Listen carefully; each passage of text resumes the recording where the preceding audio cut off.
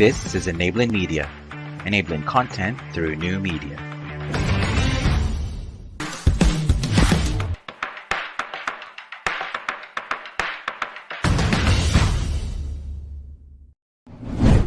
My name is Ray. And I'm Lynn. And together with our friends JC, Malin, Pancho, Micah, and Sam, we will present to you the highlights of our first year of operations. And yet, we're one of the crazy companies that braved the pandemic and launched operations in the midst of lockdown. We transitioned successfully and officially welcomed our staff. Here to give us a brief report of what had happened during the big move is JC. Take it away, JC. July 1st is indeed a very important day for GSI. Last year, on that date, we transitioned from regional operations to a subsidiary company of Guild Group. During the transition, our staff received boxes with work-from-home essentials, such as brand new computer sets, notebooks, pens, tumblers, IDs, and official shirts and jackets. Centered to the transition are our President and CEO, Ian Moses, VP and COO Jel Nolasco, Head of Operations Rayan Cabe, and Head of People and Culture Lynn Estidola. They provided full support to the team in order to make it happen. At the launch, Ian Moses welcomed everybody to the company. He said, "I never imagined our launch day will be like this, but seeing all of you here makes it even better." Guild Group Executives CEO Mario Piron, COO Elizabeth Rem, and Head of People and Culture Marie Giannoni also gave their statements to welcome the team to the group. And that's it from me, Ray and Lynn. Back to you. Thanks, JC. That was indeed a big moment for us here at JSI as we managed to pull through everything amidst the pandemic. Congratulations, team. But that was just the start. Into the first year of ops, we have already done many activities to support our values and advocacy for the communities and our team. Here to round up our fun and exciting activities is Malin. We supported World Vision Philippines Virtual Run for Children last June 16 to July 31st, 2020, where our team members each ran for a certain distance ranging from 21 to 200 kilometers to raise funds for World Vision's cause. The fun run, which happened during the pandemic, was different from the usual. Members ran on their own at their own time and pace while tracking their progress. World Vision is a non-profit organization that helps children in health and education. We also had a lot of fun and exciting activities internally to continuously build camaraderie among team members in a remote working environment. We had different games for prizes like Thinkathon, short quizzes and trivia about leaders, and lot of challenges. To end 2020 with a bang, we had our end-of-year Christmas party, where some of our team members meet at the office to celebrate the festive season while observing health protocols and maintaining the required number of participants inside the office. Next to this is the end of fiscal year party, which was held totally virtually, with the theme Best Day of Our Lives at GSI. Our team leads and members performed and won lots of prizes from our games and raffle draws. This is to celebrate the successful first year of GSI's operation. Indeed, those were fun and exciting activities we've had. And there's more to come. Thanks, Malin. Moving on, we also conducted virtual learning sessions for our team and for the public to take advantage of their staying indoors due to restrictions. Here to give us the highlights is Pancho. Hello, Pancho. We have started our virtual live events last February 2021, covering insightful and inspiring topics for individuals and teams. We feature leaders from the Guild Group and some from the outside to give educational sessions through our social media pages. Our LOD series featured outstanding stories from people who made their way to their careers, which aims to inspire and stimulate self-growth for anybody watching. For its first and only episode so far, it generated 496 views and 100 engagements from the audience. Another program, Thought Leaders, featured talks from our leaders to give insightful points on certain topics in the workplace and industry. Thought Leader sessions now totals at around 9,000 views and 5.1 thousand engagements. Our annual GSI conference was conducted differently. This year, aside from giving our team learning sessions internally, we opened 3 of the sessions to the public and they garnered a lot of support. These sessions now have a total of 7,000 views and 4.7 thousand engagements. Aside from the webinars, we've also kicked off our internship programs on several different topics handled by our leaders and team leads. This is to help our members who want to upskill and pursue a career they want in the future. Some of the programs that have started are on communication and quality assurance. Our learning programs are now found in our internal portal called GED, where our team can access learning opportunities and recorded sessions easily. Thank you, Pancho. And as part of our commitment to look after the well-being of our people, we launched several initiatives for health and wellness. Here to walk us through our program is Micah. We have different programs for well-being to support our team, especially in this time of pandemic. GSI's partner in well-being is prescription psychiatrist who provides consultation services, counseling, and webinars to the team to help them be their best in every day in and out of the workplace. Some of the last topics that they talk about are strategies for managing mental health and stress in the workplace and burnout, the science behind occupational burnout. We also have Apprised, an app-based well-being service provider that provides consultation services, therapy, trainings, and webinars on mental health and well-being as well. Uprise is the official well-being partner of Guild Group. Every middle of the last week of the month, Uprise conducts regular 30 minutes webinars on the wide range of topics relating to one's well-being such as food, sleep, stress, finances, and many more.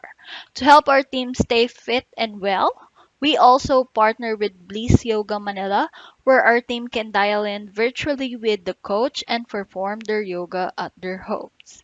This is to get them keep their physical activities even during lockdowns to improve their mental well-being. All of these health and well-being opportunities and information are in our internal portal, We Hub. And that's it for my highlights. Ray and Lynn, back to you. Thanks, Micah. We also have a few opportunities for you. Here is Sam to take us through the current opportunities we have at GSI. As of the moment, we have an opening for a senior application developer and application consultant. How can you apply, you ask? There are 2 ways. The first is you can send an email to, along with your resume or CV, to enablingyou@guildsolutionsinc.com.au. The second one is you can apply directly on our website. Let me quickly walk you through. First, go to guildsolutionsinc.com.au. Then hover over to Live at GSI and click Join Us. Now, find a position that suits you. Once you find one, click it. After reading all the details, click Apply Now. You will be redirected to a form where you can express your interest and send your resume or CV. Click Submit and you're done. Kindly wait for an SMS, a phone call, or an email from our People and Culture team when you're shortlisted for an interview. Processing time usually takes about 2 to 3 weeks. And that's it. Now you know how you can apply for a job? Check our opportunities page.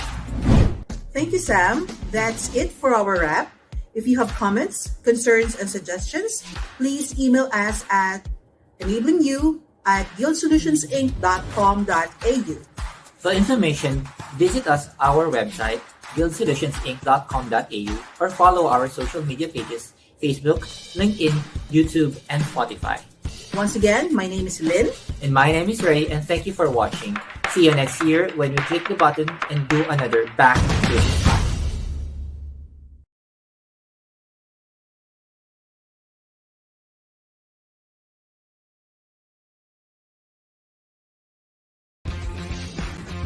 This is Enabling Media.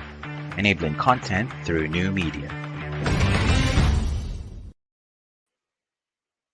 Hello, good day to all of you, to all our viewers watching from Australia. Good afternoon to all of you watching us in North America. Good evening, and to all of our viewers here at home and in Asia. Good morning. My name is Pancho. I'll be your social media moderator for today.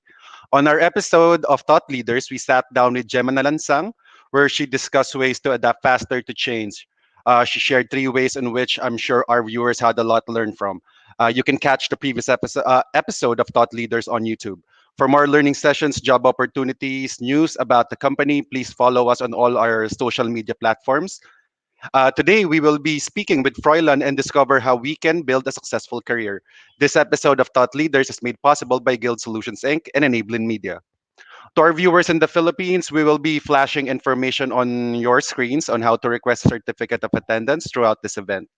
To avoid distractions, ensure maximum participation. The form will only be made active at certain times of this event, so please watch out for the announcements. Joining me in moderating today's show are my co-moderators, Malen, Micah, Kim, and JC.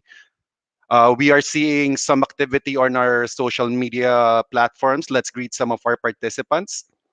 Hi, Myla de la Cruz. Good morning. Jomel Langam. Jomer Cruz. Hi. Good morning. Kia Miguel. Good morning. I hope you guys enjoy today's session, and I hope you guys learn a lot from Sir Froilan later on the program. That is it for now. If you have any questions regarding the show, or if you have any questions directly for our guests, don't forget to type them in. We're streaming live on Facebook, YouTube, and LinkedIn. For now, let's transition to the main show. You're watching Thought Leaders with Froilan Florendo. Together, we'll win.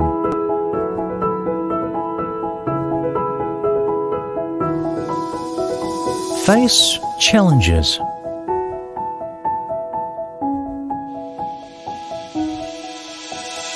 Overcome obstacles.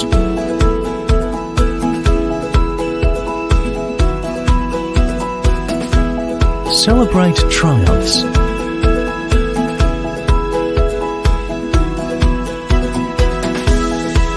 A fusion of more than 50 years of exemplary business management and a passion for innovation.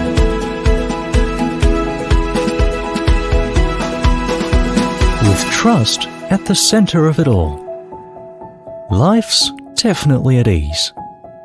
This is life. This is life at GSI.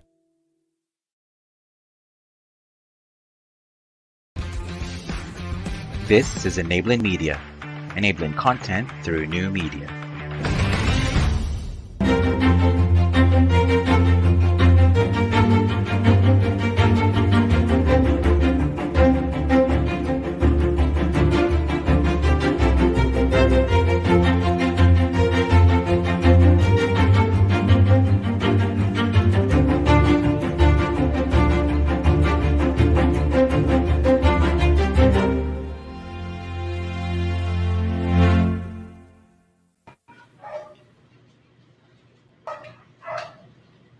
Good day to all of you. It's good to be back, this time as your host. My name is Jem, and welcome to Thought Leaders, where we feature leaders to share their ideas, insights, and stories about different trends and issues in our society and the industry. So today, guys, we will be discussing ways to build a successful career. Let me now introduce to you our speaker. Our speaker has been an HR practitioner for more than 25 years. His expertise covers basically all areas of human resources management functions, which include recruitment and employment, compensation and benefits, labor relations, performance management, policy formulation, and training. During his 25 years in practice, he has exposed to various industries, giving him a very wide understanding of human resource management and development. Industries that he has been exposed to are fast food, food processing, hospitality, service and information technology. His master in the field of human resources management and development was honed through hands on exposure, being immersed thoroughly in the various processes involved therein. He rose from the ranks, starting as a recruitment clerk and eventually assuming the country HR manager to one of the biggest software company in the world. After all the successes in the entirety of his career, he went to freelance consulting and eventually set up his own management consulting group, catering to one of the most difficult industries, which is information technology. He is a board member of the Philippine Association of Legitimate Service Contractors.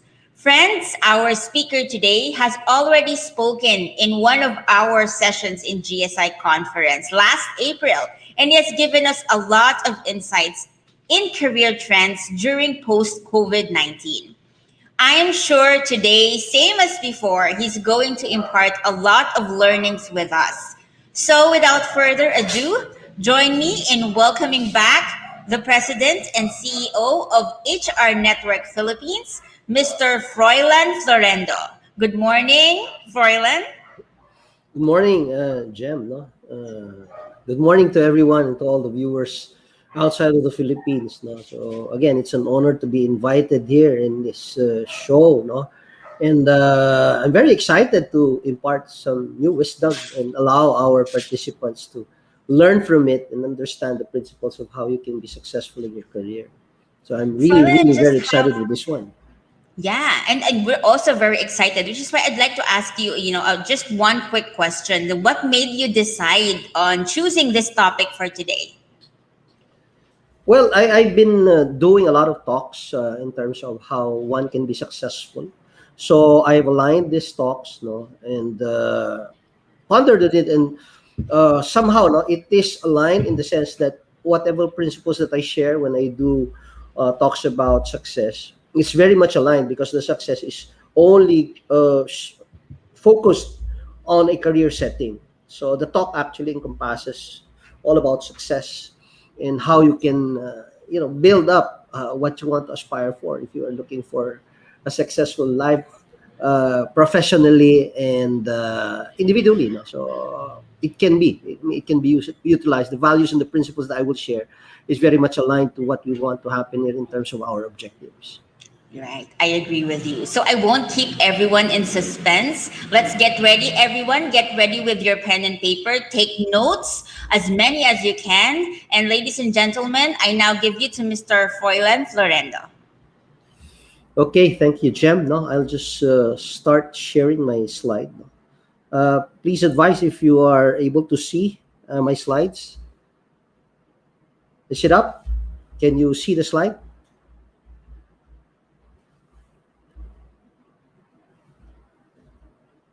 Okay, so anyway, I chose ways to build a successful career simply because I would like, of course, everyone to be successful in their chosen field of profession. No?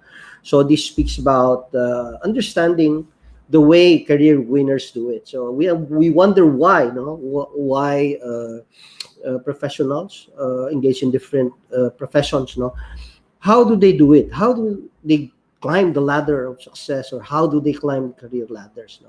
So I've actually pointed out several factors that would contribute, no, in your aspirations to have that career success. No? So the learning journey that we will go through right now starts off with, of course, understanding career promotion, and then also provide you a glimpse of how you would understand performance management as one of the major tools that needs to be in place when you want to climb the ladder of success, or the career ladder of success, so to speak.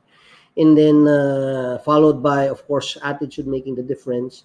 And then this is the meaty part wherein I would explain the attitude formula and then ultimately making it happen. Okay, let's try to understand career promotions. No?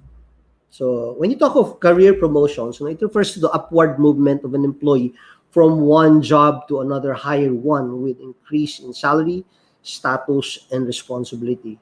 In HR terms, we call it the vertical upward mobility. So meaning to say that you start somewhere in the ladder, in an organization, no, probably from the lowest rank and then upwards, climbing the ladder step by step for every level, no. So it begins with, of course, being a rank and file, followed by maybe a specialist, then a supervisor, manager, and ultimately an executive. So that is how I have defined promotion to be, so that we will have a perspective of, what promotion and what career promotion is all about in a corporate setting. So moving forward, there's always this reason why we want to be promoted. No? So I placed here, no, the reason that I see as something that motivates, no, most of the people who would like to climb the ladder or the career ladder in the company that they work for. So earning a promotion allows you to take on new responsibilities and complex tasks that challenge you to grow in your career. Completing higher level tasks can allow you to develop more skills and abilities that you can apply toward future positions. And of course, the perks that goes with it when you hold a higher position. So in any organization, of course, the higher you are in the ladder, that gives you, of course, higher degree of responsibility, but goes with it would be higher perks, no, and higher remuneration and higher returns or rewards in terms of the work that you do for the company. Okay, so I mentioned performance management. It is very important that you understand, no, what performance management is all about. In this learning session, I would present to you a topology of the framework of what performance management is all about for you to understand how you would be able to attain your aspirations or your career aspirations in order for you to, of course, get that top level position from where you are right now. So this is a framework that I've created, based on my understanding of the performance management system. So this is actually common to all organizations, and these are this is the process wherein you would be able to understand how to get promoted. No, so if you look at this on the upper part of the slide, you see performance appraisals. Performance appraisals actually is the process of determining your performance levels. No, so there would be performance standards or performance metrics that would be set by the organization for you to understand what you need to do in terms of the role that you handle. No, so the performance appraisal is also a component of the TNA. The TNA is the training needs analysis. No, so it helps each and every one of you understand what their strengths and weaknesses, and what are your, of course, the tools or the skills that you need to improve on. When you talk of strengths, these are the areas which you or which the company would like to reinforce in terms of your capabilities. Whereas the weaknesses, these are the areas of improvement. So those items that will be prescribed in that particular and in those particular items would serve as your training needs analysis. So that is where the company would now focus on in terms of how they can enhance your skills level and competency level. On the other hand, on the training component, this is actually the exercise that would allow organizations to identify what are the areas that you need to be trained on further. Now, if there would be, of course, a job enlargement, then there would be schemes or training strategies that the company would actually roll out or even put in place in order for you to somehow enhance further what you already possess in terms of your skills, competencies, and capabilities. Now, that leads to employee development. And this is where, of course, things would happen wherein it gives you the opportunity to prove your worth in terms of the skills that have been provided to you by the organization, and of course performing as expected in terms of the performance standards prescribed for you in reference to the job that you handle. Now, of course, if you succeed in all those parameters, then there is a great potentiality that you get to be promoted. Now, once you are elevated in terms of growth, in terms of your level and rank in the organization, that leads to, of course, the most interesting part, because it is tied up to the wages and salary administration policies, wherein possible promotion adjustments can be extended depending on the job level that you will assume, and also the variable aspect wherein there would be some incentives that can be extended to you in terms of variable pay, and or in some cases the merit increases that will be accorded to you for every performance level that you attain. No? So moving forward, what are the standard criteria for promotion? No? So the set standards which shall serve as a basis in determining eligibility of an employee to assure higher position with a higher degree of a responsibility or of responsibility. No? So I shared earlier the aspect of performance appraisals. Typically, the performance criteria or the performance standards or the performance what is the performance items, no, where you would be assessed are typical. No, you talk of the results aspect of what you do in terms of your job, and also the three major components, which is knowledge, skills, and attitude. So in the middle portion of the slide, you see the metrics. This is now where you assign the percentage weights that would allow companies, no, to come up with a sound rating scheme that would enable them to measure the performance levels, no, in a performance period. No? So typically the performance period would be semestral or sometimes annual or a combination of both. And then at the end of each year, your performance would be determined based on the output that you have actually provided in reference to the three major criteria, which is actually knowledge, skills, and attitude. No? So at the far right, you see the level of performance. This now is the measurement of what was the actual performance level you attained for that particular performance period. So this is done, as I said, regularly or periodically, in the sense that this allows the companies, no, to understand whether you are somehow a high flyer, as I term it, or someone that always delivers consistently, or someone in the level of course, satisfactory or even below. So if you're failing, then of course your level will not even fall on the satisfactory level. The typical way of rating, by companies to their employees are scales of 1 to 5. Some cases there would be 1 to 10. No? So 1 to 5, 1 being the lowest, which is actually in a verbal adjacent perspective, it's poor, followed by number 2, which is needs improvement. Number 3, when you're rated number 3, that is satisfactory. So meeting what is actually expected of you. If you're rated number 4, then that's very satisfactory. And then if you're rated 5, that's excellent.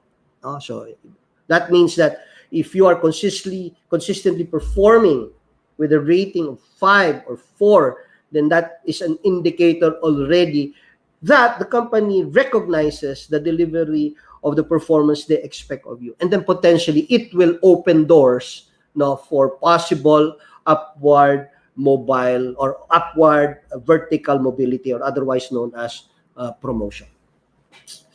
Okay, let us enhance further your knowledge of the KSA principle of career growth.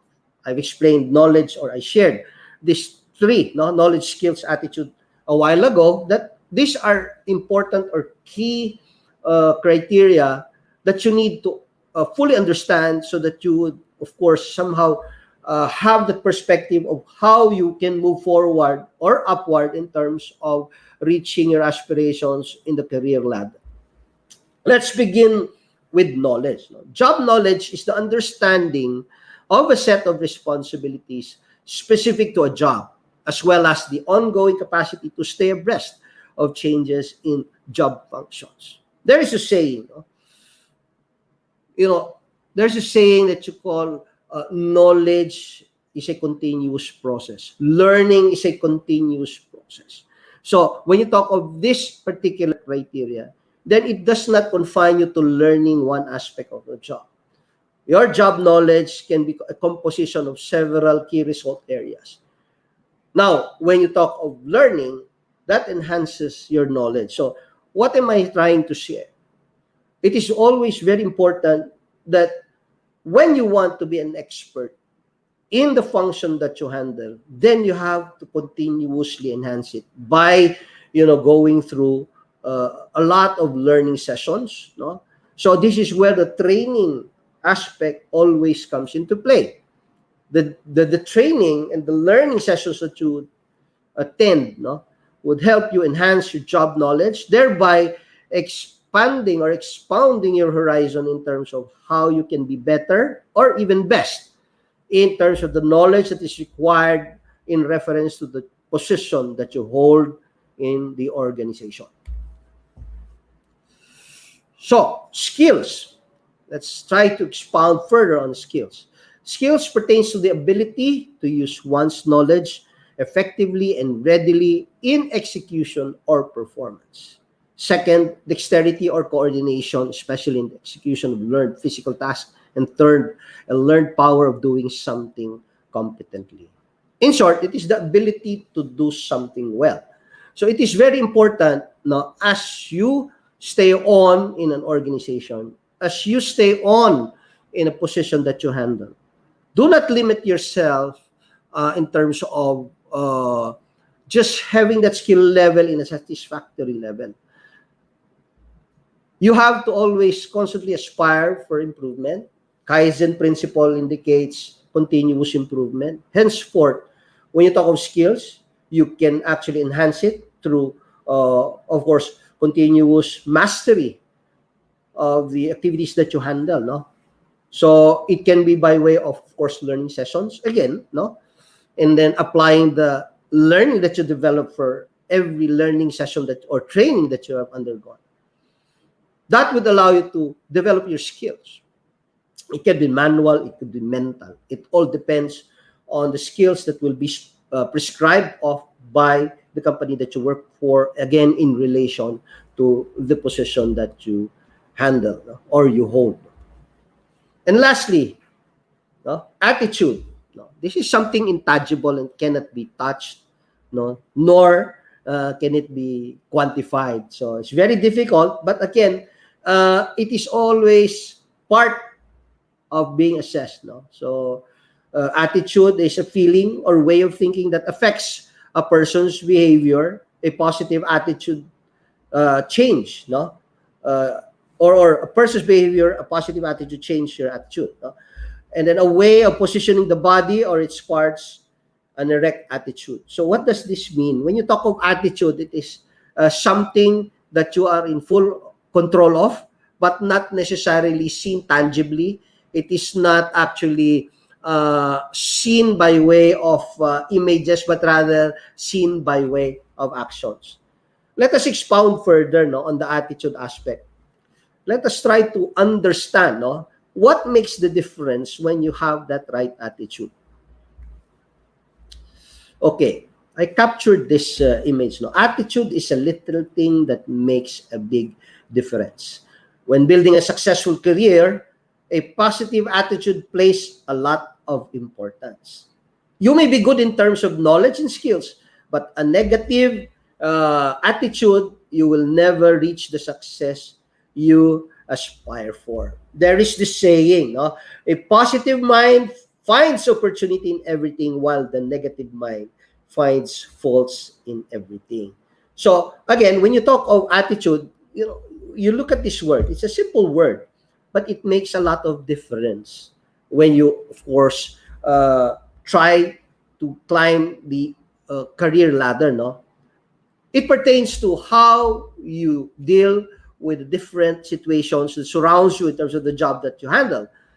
And it also speaks about how you react, no, to certain situations, in the same manner how you deal with the people that you work with. Attitude really is very important. Why? Because, of course, this is where you would be able to manage the situation or manage certain circumstances that surrounds your work, that surrounds you in your work. So people and the activities that you do. You have to remember that attitude will allow us to, of course, understand, no? Having that better understanding on how to deal with the different types of situations, positive or negative. Of course, if it is a positive situation, then you have to appreciate that, count your blessings. But if it's a negative situation that abounds you, then you look at it from perspective that, okay, this is not something good right now, but how do you react to it would actually manifest whether you would be able to attain the right solution for that circumstance or not. So you have to remember, you have to look beyond what you can see. There are certain situations that would expose you to certain difficulties. But with the right attitude, with a positive attitude, then I believe you would be able to address issues that come your way, especially in the work that you do. There is this saying that I captured. If you are familiar with Zig Ziglar, attitude, not aptitude, determines altitude. So it's a very powerful quote. So look at this slide. It says, knowledge can be learned, well and true. Skills and competencies can be developed, again, very well and true. But having a positive attitude towards work and the people you work with shall help in creating a perspective of success. Attitude plays a lot of, positive attitude plays a lot in how you build a successful career. Why? Because 90% of the time, you are able to manage things that happen around you. With the right frame of mind, with the right attitude, then you can fully control all the circumstances, all the situations, all the people that surround you. You can control those. 10%, these are the uncontrollable ones. You talk of natural calamities, you talk of acts of God. But, when I say 90-10 principle, it is the principle whereby if you're able to put that positive attitude and positive mindset, then all the things that happen to you, whether positive or negative, then it would help you in building the career success you aspire for. Because, of course, everything that happens with a positive attitude, with the right attitude, then you can come up with, of course, things that could enhance a positive situation, things that could reinforce a positive situation. And in the event that there will be negative situations, with a positive mindset, you can come up with solutions to those problems or challenges that would come your way, whether it involves a fellow employee, it involves a boss, or it involves the very job that you handle. So please take note of this very powerful line. It is attitude, not aptitude, that determines altitude. Okay, what now is the attitude formula? Of course, I have prescribed 3 very important things when you wish to have that right frame of mind, right attitude, when you build your career in any company that you work for. There are 3 major components. One is passion, the other is vision, and the third one is self-discipline. Okay? So, if you read books, you may, I'm sure you know Robert Kiyosaki is the author of Rich Dad, Poor Dad. Also the author of Why A Student Works for C Students. So these are very interesting books. So what I captured from Robert Kiyosaki is this line. Passion is the beginning of success. Know your passion and enter into career that is aligned to that passion. Knowing your passion will determine the best career, not business, but career that suits you. Enter into something you love and enjoy doing, and it is most likely that you will be able to attain career growth. When you are able to understand, when you're able to understand and know the very passion that you want for yourself, then find the right career that is aligned to that passion. There is this saying, There's the saying, another saying that I'd like to share. If you love what you do, then you will never have to spend a day in the office. So when you talk of that particular line, if you know your passion and you love the job that you enter into, regardless of what are the challenges, then you will just, be in a situation whereby it's just, everything is play. Everything is actually fun. And that is what passion is all about. Discover that passion and discover the career that you would like to enter into. And then go into that, build that career, and enable that career. And I'm sure you will reach or reach the success that you aspire for in terms of career success or career growth. Next is the vision. A powerful line again. To think is to create. What the mind can conceive, it will achieve. Visualization allows us to create a vision in our minds that guide us into achieving the picture we have created in our thoughts.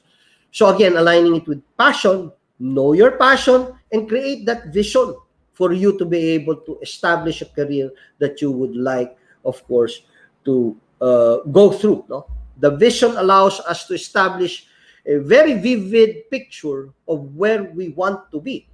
Say, for example, at this point in time, you are a rank and file holding, say, an HR assistant role. If HR, if human resources is your passion, create that vision. I want to be a vice president of a large corporation someday. Or I'd like to be a senior executive in the HR department for this particular company that I am in right now. Create that vision, establish that vision. Think about it, attract it. Law of attraction dictates that when you put it in your mind, then definitely it is bound to happen. Combined with the passion in the career that you have actually chosen, then put together, then you have something in store for you in the future. You should have a picture in mind of what you want to be in the future. Again, as I shared, a vivid visualization of the career you want to build. Having a clear vision of where you want your career to be, you will be able to create the path that will lead you towards the growth you aspire for. Again, it is an enhancement of my statement earlier. You have to have that passion and then the vision. And then when you have that picture in mind, then I'm pretty sure that something awaits for you in a distant future. It depends on their performance, no? It can be distant, it can be near. So whatever that is, how you want to actually visualize this, it all accounts to how you see things for you in terms of the career aspirations you have in mind. Of course, having that passion and the vision, you have to also put in place self-discipline. Let us try to understand self-discipline. So I captured this meaning. So it is a noun. No? It is the ability to control one's feelings and overcome one's weaknesses. The ability to pursue what one thinks is right despite temptations to abandon it. A synonym, it is self-control. Now, why do I share this? Why is self-discipline important? So allow me to expound further. What is the essence of self-discipline? Without self-discipline, success is impossible. Non-negotiable, period, as per Lou Holtz. No? On the other hand, by Napoleon Hill, no? Self-discipline begins with the mastery of your thoughts. If you don't control what you think, you can't control what you do. Simply, self-discipline enables you to think first and act afterwards. Okay? Very much aligned to passion and vision. So to enable, of course, the things that you want to happen for you in terms of career, then you have to put this component as well. Additional information. There can be no excellence without discipline.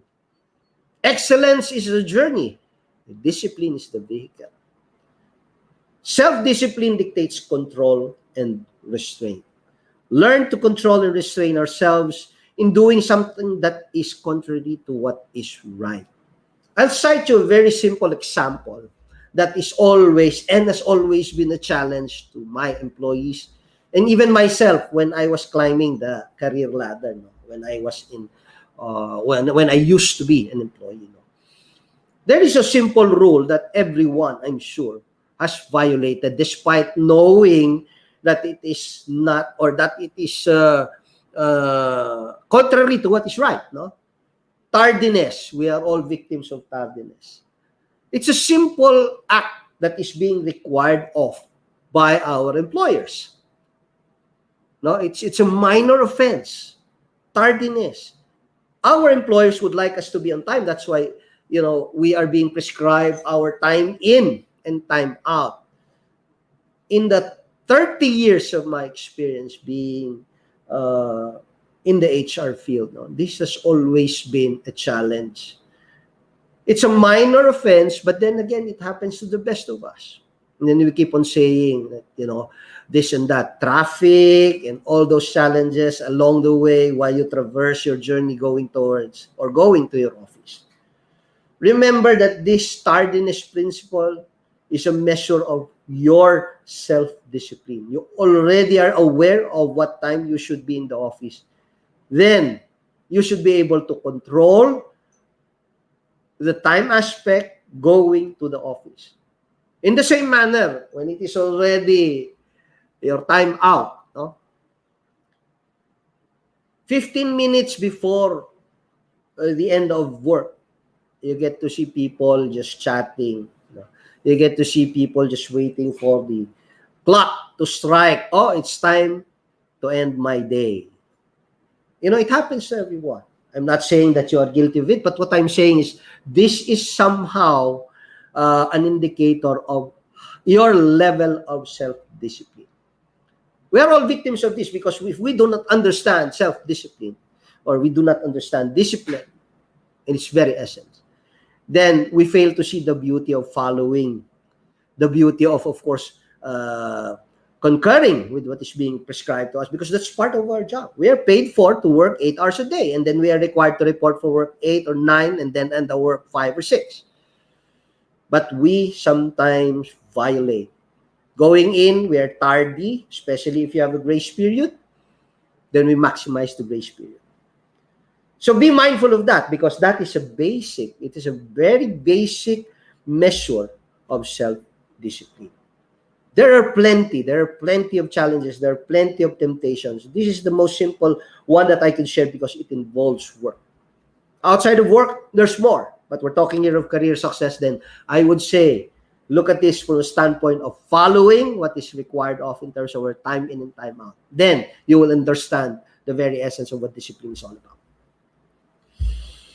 Okay, the last part, success, making it happen. How do we do it? We already know the components. Allow me to explain further.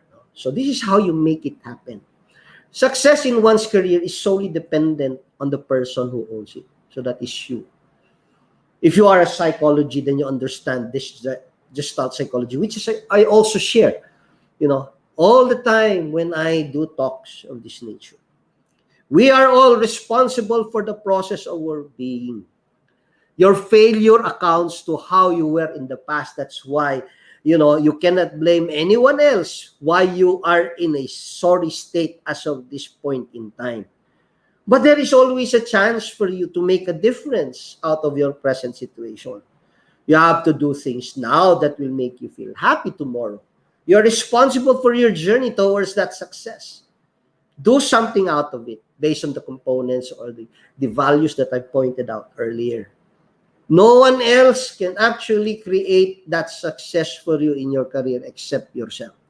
There are parties, people that are around you, especially your superiors, because they're the ones who rate you. But their rating comes from your action in terms of the performance that you will actually put into the job that you hold. Remember that.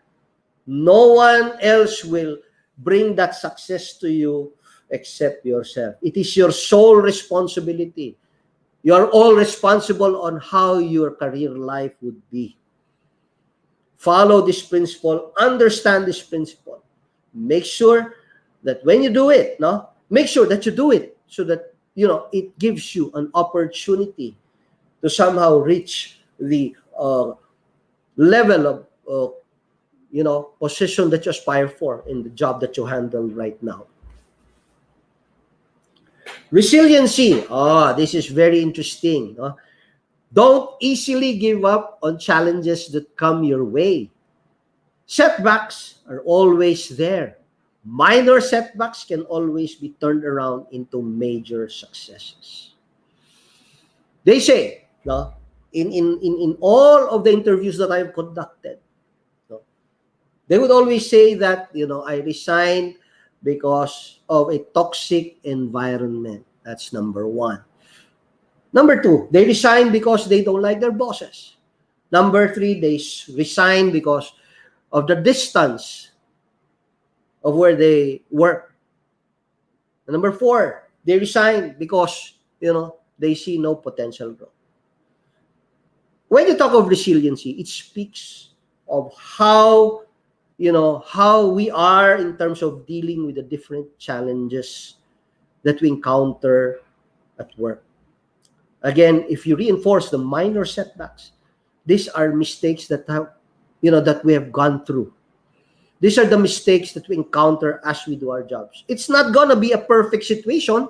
There will always be setbacks. But if you learn from those setbacks, turn it around and create a major success out of it.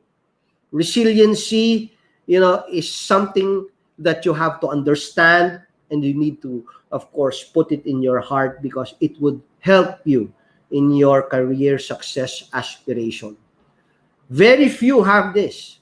But then again, if you are able to discover the beauty of this particular attitudinal value, then I guess, there's a great chance that you would be able to attain the success that you aspire for in terms of your career, of course, aspirations, a success in terms of the career that you want to have in the distant future or the near future. I would push for the near future because, of course, when you get to be promoted faster, then it only indicates that you really are good in terms of the job that you handle. Of course, patience.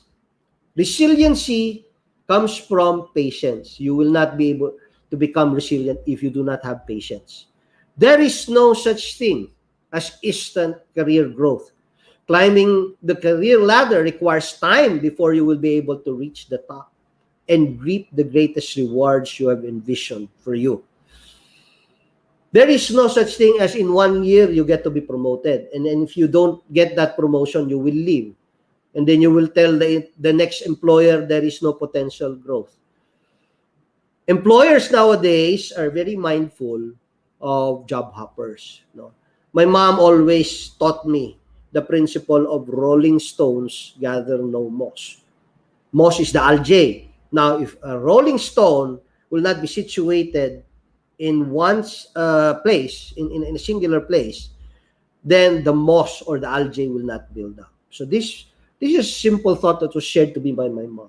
And I was able to practice this, and somehow I was able to climb the ladder of success based on how I envisioned it to be. So again, do not be impatient. Do not be someone, just because of a few things, then you leave the organization. I would like you to understand that patience counts a lot. Challenges are always there. You should be patient. Negative things that will happen and surround you in your company, that will always be there. There is never going to be a perfect situation.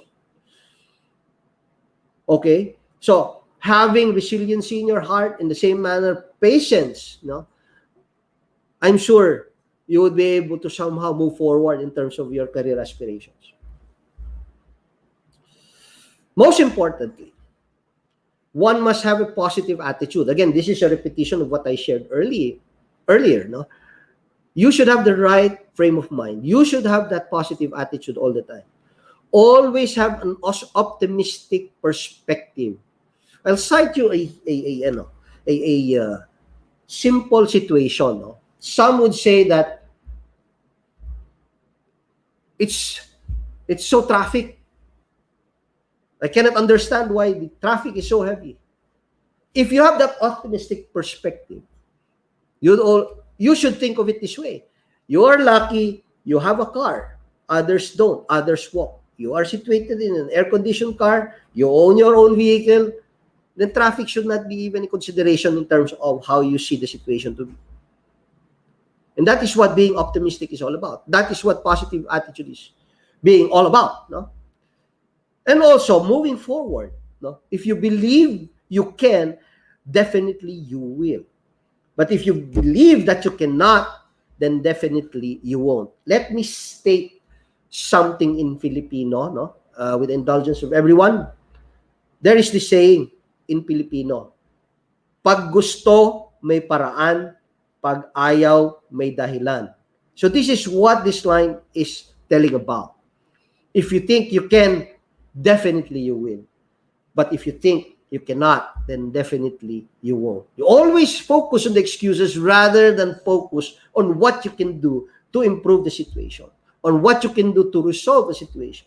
That is what being optimistic is all about, and that is, what positive attitude is all about. Finding ways and means to improve the rut that you are in. Okay, I captured this. This is also something interesting.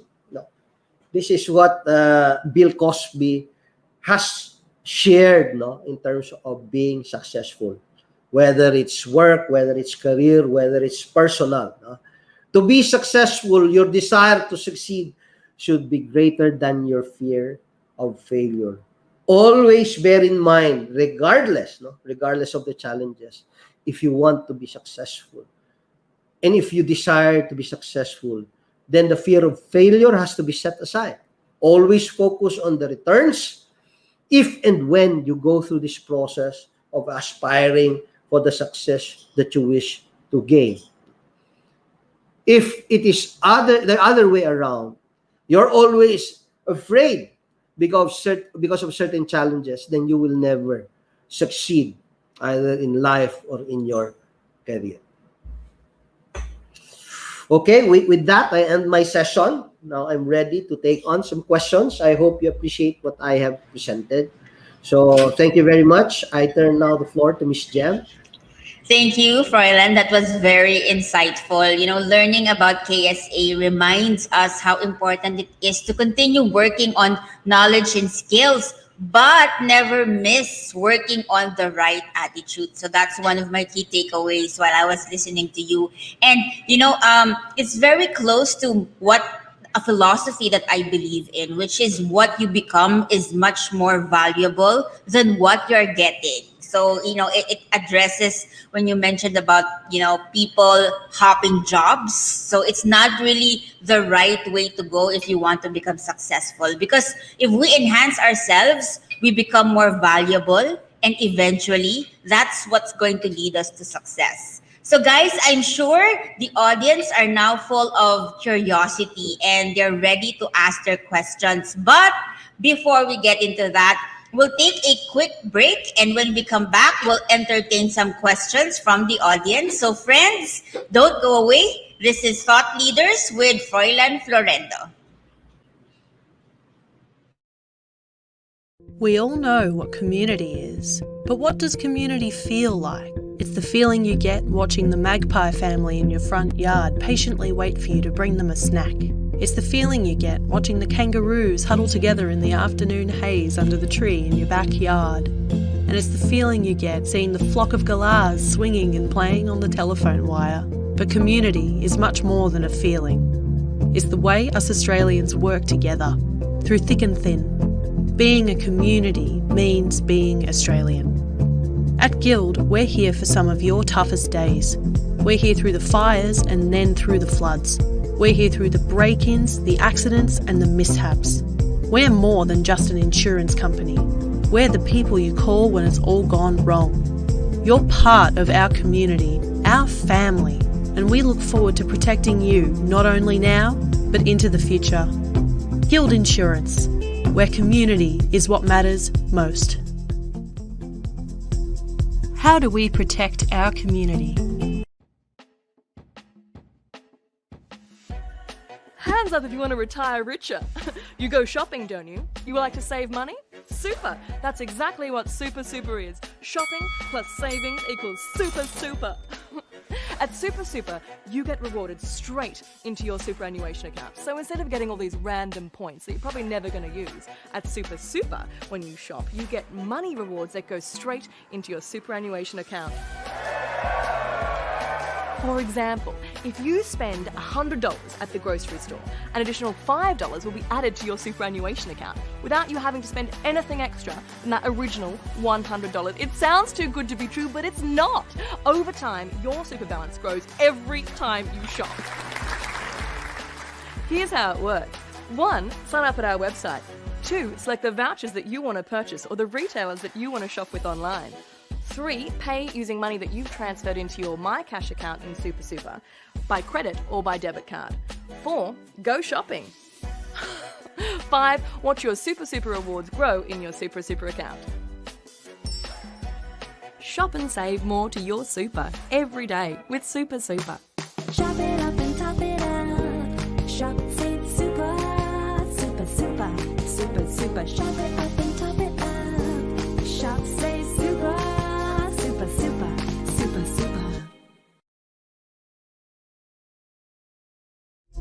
How do we protect our community? Through smiles, comforting words, and doing our best so that you know we've got your back. We're people first and take pride in what we do when helping you. But we can't do that without making sure our policies suit your profession. That's why we work hand in hand with your association, and it's through the insights gained from this partnership that our policies are built on. When you need us, we're able to help you, genuinely knowing your policy includes things like reinstatement plus cover for business insurance and run-off cover for professional indemnity insurance. Because it's the small differences that make sure we can help in big ways. If you're wondering how Guild Insurance can help you, reach out and get in touch. We'd love to welcome you to our family.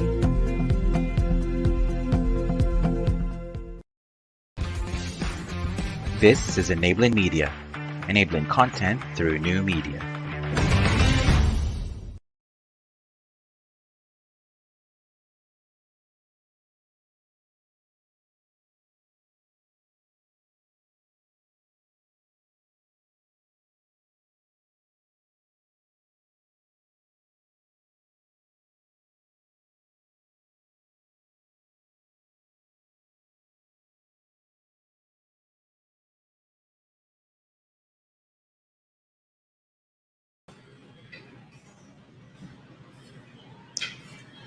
Pancho, I believe you're on mute. Welcome back, everybody. Oh, hi. I'm sorry. Sorry, I was on mute earlier. It's only now that I figured out. Thank you. We surely learned a lot from Sir Froilan as he discussed on how careers winners do it, the different components on how to lay the standard career foundations, and eventually the principles on how to get there. Really powerful stuff coming from Sir Froilan. My personal favorite. A takeaway anecdote from the session was that quote about attitude, not aptitude, that determines altitude. There's a lot more actually from the session, but eventually we're on borrowed. Unfortunately, we're on borrowed time. Also, our request portal is now open for our viewers in the Philippines. We would like to request if you guys would like to request a certificate of attendance, just go to bit.ly/gsi-cert and enter the information requested by the form. Let's say hi to the viewers. Let's see who we got in the chat room.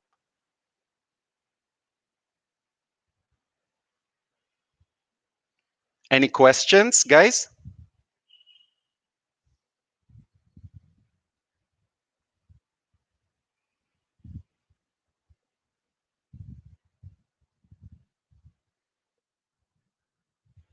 So we have Sir Froilan. Are you ready for the questions?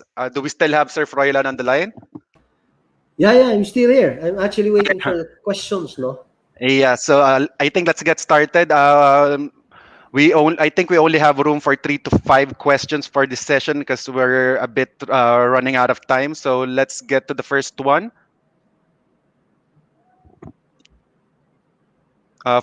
The first question was from Trisha. It was actually on the screen earlier, but it's not showing anymore. Let me read Trisha's question. So, this was a comment from Trisha. There. Thank you for the knowledge that you have given us. We future professionals who will work after our studies will surely add our learnings from you, sir. That can be we can be a better employee. So it was a comment. I read a question here. Let me find that question. Here, from Mark Lester Bautista. What if yung work environment is doon talaga may mali? Kailangan po ba doon ng resiliency? Okay, it's a good question. Very interesting. Okay. Mali is perceptual to the one looking at it. Okay. We have to understand because there are always two sides of the story. In an individual, or say for example, an employee would look at the situation as mali. On what standards? Right? Because of course there might be that there is something not consistent to how he see things to be in terms of his own standards. That's why he claims that it's mali. Again, you have to look past that. Earlier I said look beyond what you can see. So it all depends on how you interpret good, mali or tama, no, or wrong or right. So again, it boils down to your attitude. I don't know what is mali because I have not seen the exact situation. But again, if you have the right frame of mind, you have the right attitude, you have the positive attitude in heart or in your heart, then resiliency would always have to be there. I don't know exactly what is mali for you. Maybe if the boss or the manager, says PI to you or even degrades you, then probably I can say it's mali. But I don't know exactly what is the mali. And you would be the one to determine whether, that mali is indeed true or not. But it all depends. No? If you want to pursue, if you love the job, then, you should have to set this aside. Because that is how I see it. No, I don't know exactly what mali is for you, but there is no perfect situation. Again, you might not be as lucky if you transfer to another job. Then it could be another mali. So it all depends on how you interpret things in terms of your standards on what is right and wrong. But again, if you look at it from a perspective of, say, mali is aligned to how it is done, maybe or sensitive or not, resiliency has to still be put in place. Patience and resiliency has to be put up front. You have to look past that. In basketball, when I was still young, there is what you call nana. Yung nana is, pass in English, no? When you say nana in basketball, masagi lang, foul. I don't know if that is aligned to your definition of mali. Can be that the mali is just because you're extremely sensitive. I do not know. But again, I would still believe in resiliency because I've been through worse. I worked as a service crew for 4 years and I've dealt with not only difficult customers, there are customers that are, throwing foul language at you, and there are managers that are actually slave drivers, as I see it. But, I went through all this hell. But look at what I have achieved in my life. This was my training leading towards to who I am and where I am right now. Again, resiliency became, of course, a formula that would push forward in terms of your success. There will never be a perfect situation. But it is through those imperfections that make it perfect. You capture the essence of that, then you can go places. I hope I was able to answer the question of the gentleman. So it would help that you maybe extend that patience and apply the resiliency. I don't know what the mali to you is. Let's take another question. This is from Lana. How can employers and HR managers manage cultural differences in an international company? Okay. How can employers and HR managers manage cultural indifference? You have to put in place some programs that would allow each and everyone to have that harmony. We all have that differences. In my case, in my company, I have actually different types of religious beliefs, from Islam to Christian to Iglesia and to Catholics, no? But we coexist and we work together in harmony.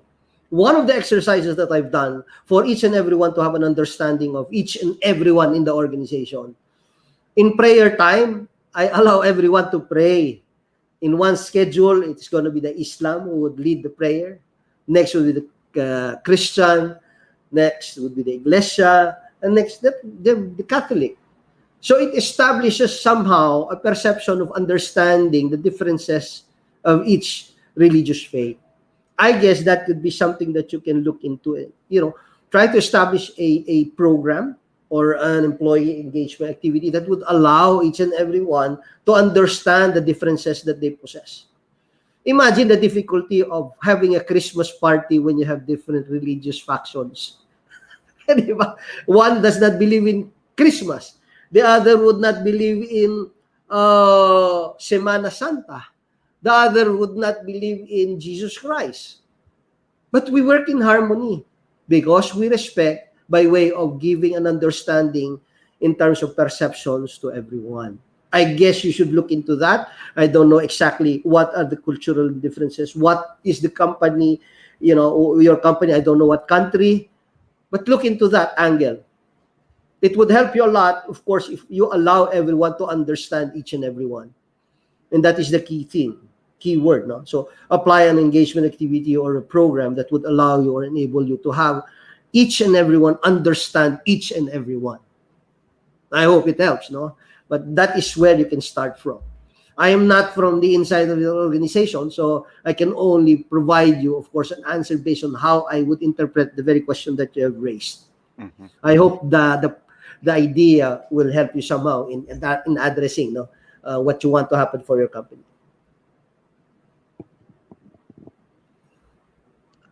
So next question, Sir Froilan. This one is from Andrea. Good afternoon, Sir Froilan. First, I would like to thank you for an informative discussion. My question is, what if you still have no idea what path will you take? What if you don't have the passion at all at anything? You are just eager to earn so you can help your family. Will this reason still can lead me to success? Very interesting question. And actually, this is a common struggle to almost anyone, no? Especially in the BPO industry. Okay. If you journey the path that you're in right now, somehow in the experiences that you've gained, there would always be something that you would discover that you would like. In my experience, or in the other experiences that I have gathered from several people, sometimes they discover their passion in the later part of their lives. So in your case, passion can be discovered actually as early as when you're a teenager. I want to become like this and that. And then you align it to, of course, the course that you would take on, unless your decisions are decided by your parents. That is the challenge. But in that encounter, in that experience where your parents dictate your discretions, you would eventually discover what would be your passion. Okay. I'm not a psych graduate. I'm a graduate of business. And my first job was in store operations. I was in McDonald's. So, okay lang ba? I mentioned the company. I worked with McDonald's and Pizza Hut. But, I did not consider that as my passion. No, I did not consider that as my passion because I only was there because I wanted to earn a living. And all the while, I was thinking that my career would be in the restaurant business or in the restaurant operations. But I came upon an opportunity to work as a recruitment clerk. And that is where I discovered my passion for human resource management. And from there, I enhanced. No? I circled around human resource practice, from recruitment to complement to performance management to labor relations and even training and organization development. I discovered my passion when I was actually 24 years old. So going back to your question, appreciate what you become. Be content with what you have, but do not be content with what you can become. That is a powerful line shared by Francis Kong. Diba? So you are already in a journey. Try to look at the beauty of what you have, and maybe along the way you would be able to discover the passion that you aspire for. And then enhance it. Move forward, move towards where you want to be in terms of that discovery passion. I don't know when you would be able to discover that. It's just a matter of mindset thing. It depends on your attitude as well. So again, that is my answer to your question. I don't know if it has answered it, but somehow the passion would come from you. Determining the passion would come from you, not from anyone else. So what you have right now is a journey. But of course, during that journey, you will discover a lot of things. And when you discover the passion along that journey that you're in, enhance and pounce on it, and maybe you can build the career that you want. Returns would happen sooner or later. Can I share this one more saying? No? Money is always a residual effect of hard work. Put up front the challenge prior to the money, because the money will follow suit. Believe me, I wasn't born rich. But now I am rich with friends. So I hope I was able to address the question. No? So thank you very much for that interesting question.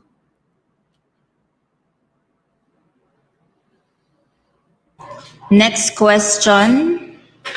Why is the aging generation is still dominant and takes as majority, especially in the working environment, considering that we are in a modern world where youth has fresher and modern intellectual capacity?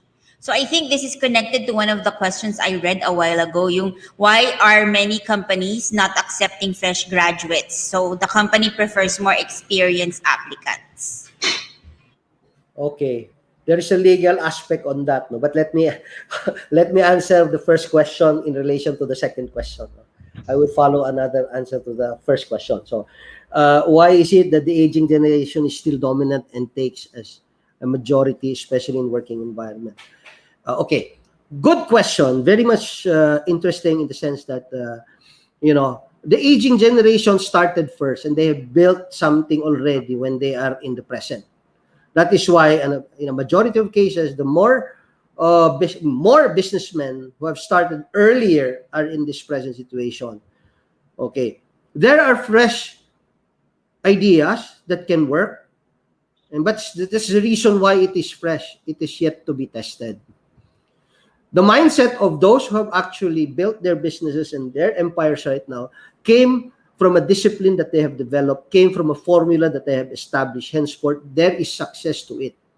I'm not saying that the fresh ideas will not be as good as the old ideas. No. What I'm saying is that a fresh idea has to be tested first.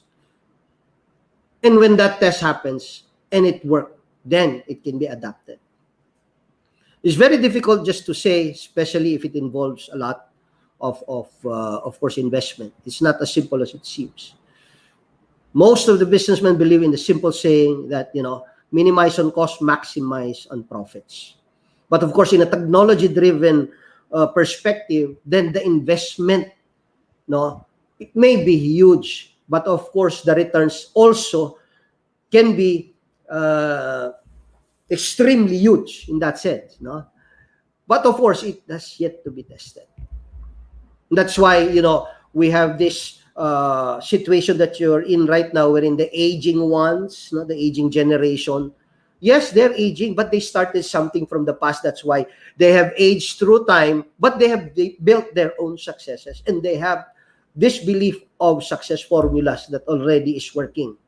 And that is where the fear happens. Especially if you talk of, I've seen this, especially in technology-driven companies. How the older ones have worked before, their perception is based on the premise of understanding the success formula that they want to happen. The younger breeds will, of course, believe in technology, which I also believe, which I also truly believe, because technology can, it can go leaps and bounds. But then again, we have to always respect that. Another aspect that you may consider on that is that we are a Filipino culture. Diba? In a Filipino culture, in a Filipino psyche, diba? Galangin ang nakakatanda. It is inert upon us. It is how we were raised by our parents. That is why some of the children are still living with the parents despite being 26 or 27, in some cases 30 years old. In the Western countries, 18, you get out.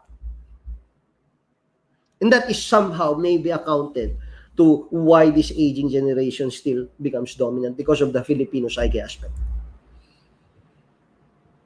So I hope that enlightens you a bit. Very insightful. Give some respect. Diba? Give some respect because they will always be there unless you create your own. And that's the time that you dictate things. When it is already on your own, then you can probably readily say that your fresh ideas are proven or were proven. That's why you are here right now as at this point in time. Remember, it is not overnight. It takes years and years before you would be able to build something for yourself. Sila, you talk of Bill Gates, Zuckerberg,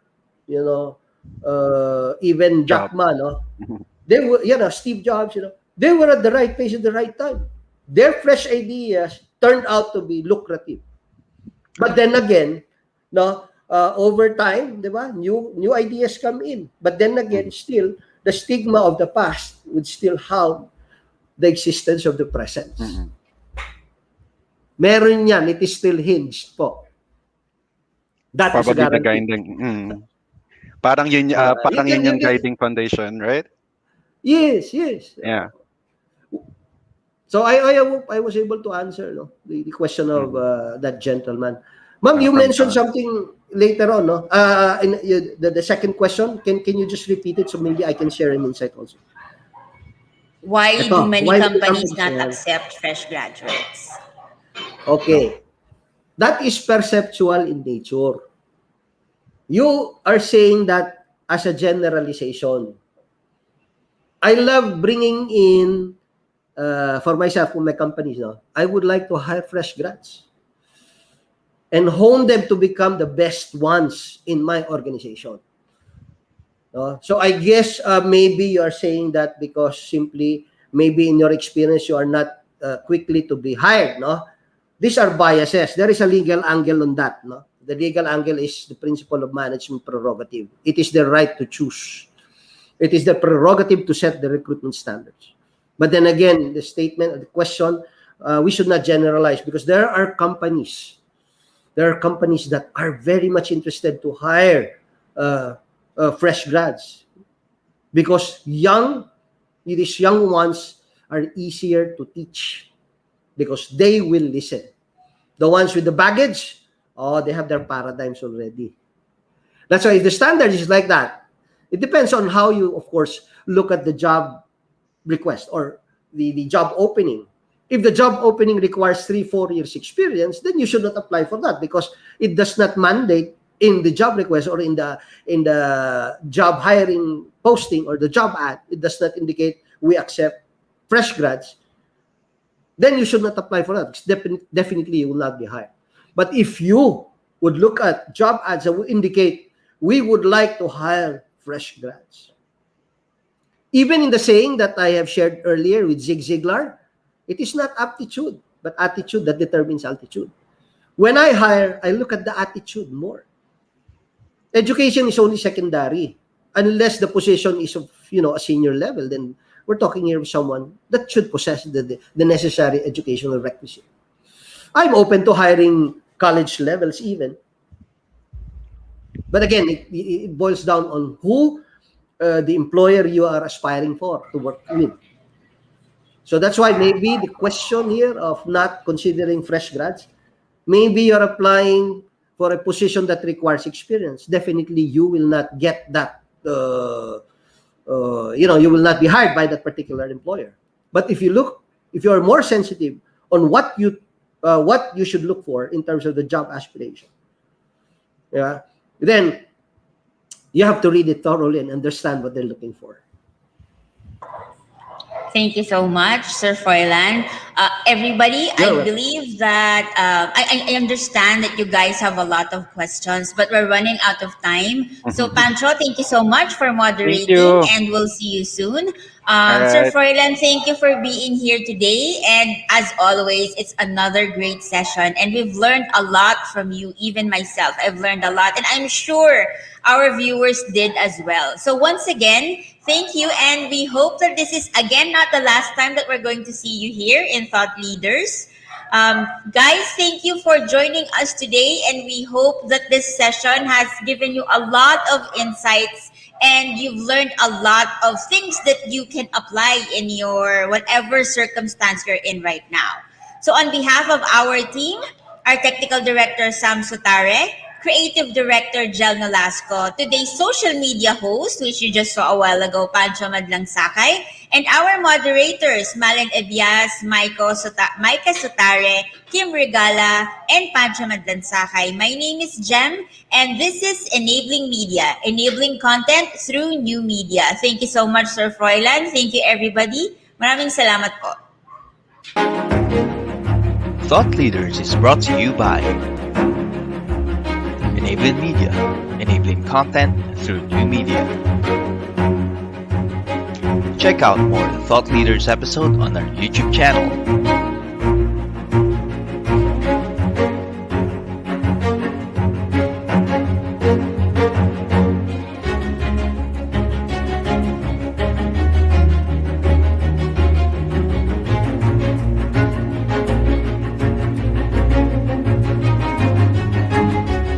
Follow us on our social media and visit our website guildsolutionsinc.com.au.